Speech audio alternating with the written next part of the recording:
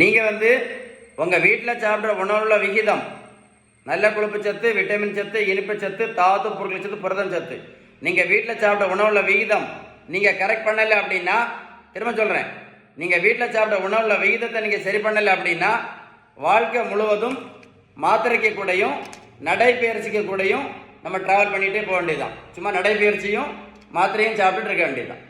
ஏன் சொல்கிறேன் அப்படின்னா, இந்த இன்சுலின் ரெசிஸ்டன்ஸை சரி பண்ணணும்னா ஒரே ஒரு வழிதான். என்னது? விகிதம் சரியான வீட்டு உணவு முறை. இதை சரி பண்ணல, விகிதம் சரி பண்ணலை அப்படின்னா இந்த இன்சுலின் ரெசிஸ்டன்ஸ் கண்டிப்பாக சரி ஆகாது. இது சரியாகலை அப்படின்னா நீங்கள் சுகர் மாத்திரையும் நிறுத்த முடியாது, ப்ரெஷர் மாத்திரையும் நிறுத்த முடியாது, கெட்ட கொலஸ்ட்ரால் மாத்திரையும் நிறுத்த முடியாது, இன்சுலின் ஊசியும் நிறுத்த முடியாது.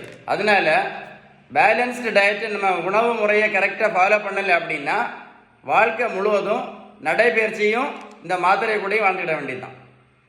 நடைப்பயிற்சியும் மாத்திரை கூடயும் வாழ்ந்துக்கிட வேண்டியதுதான். திரும்ப சொல்கிறேன், நடைப்பயிற்சி நல்லது தான். அதனால நடைப்பயிற்சி மட்டும் பண்ணுறதுனால இந்த இன்சுலின் ரெசிஸ்டன்ஸ் ஒன்றும் சரியாகாது. இதை ஃபுல்லாக சரியாகணும் அப்படின்னா பேலன்ஸ்டு டயட்டு தான். புரிஞ்சுதா? புரியலையா? புரிஞ்சுதா? ஸோ பேலன்ஸ் டயட்டை பற்றி ஏதாவது உதவி தேவை இருந்தால் கண்டிப்பாக கால் பண்ணி பேசுங்க. இந்த வீடியோ நீங்கள் ஒர்க் அவுட் போட்டு கேளுங்க. நான் கேட்ட கேள்வி உங்களுக்கு கரெக்டாக புரியும். திரும்ப சொல்கிறேன், நீங்கள் உணவு முறையை மாற்றலை அப்படின்னா, நீங்கள் உணவு முறையை கரெக்டாக விகிதம் கரெக்டாக நீங்கள் மாற்றலை அப்படின்னா வாழ்க்கை முழுவதும் நடைப்பயிற்சியும் இந்த மாத்திரையும் தான், இல்லைன்னா நடைப்பயிற்சியும் இந்த இன்சுலினும் தான். ஸோ என்ன முக்கியம்? என்ன முக்கியம்? இந்த இன்சுலின் ரெசிஸ்டன்ஸ், இதை சரி பண்ணுறது தான் மிக முக்கியம். ஸோ இதை சரி பண்ணணும்னா best way and easiest way is balanced diet. Sheeban balanced diet. உங்களுக்கு பேலன்ஸ் டயட்டை பற்றி ஏதாவது உதவி தேவை இருந்தால் கண்டிப்பாக கால் பண்ணி பேசுங்க.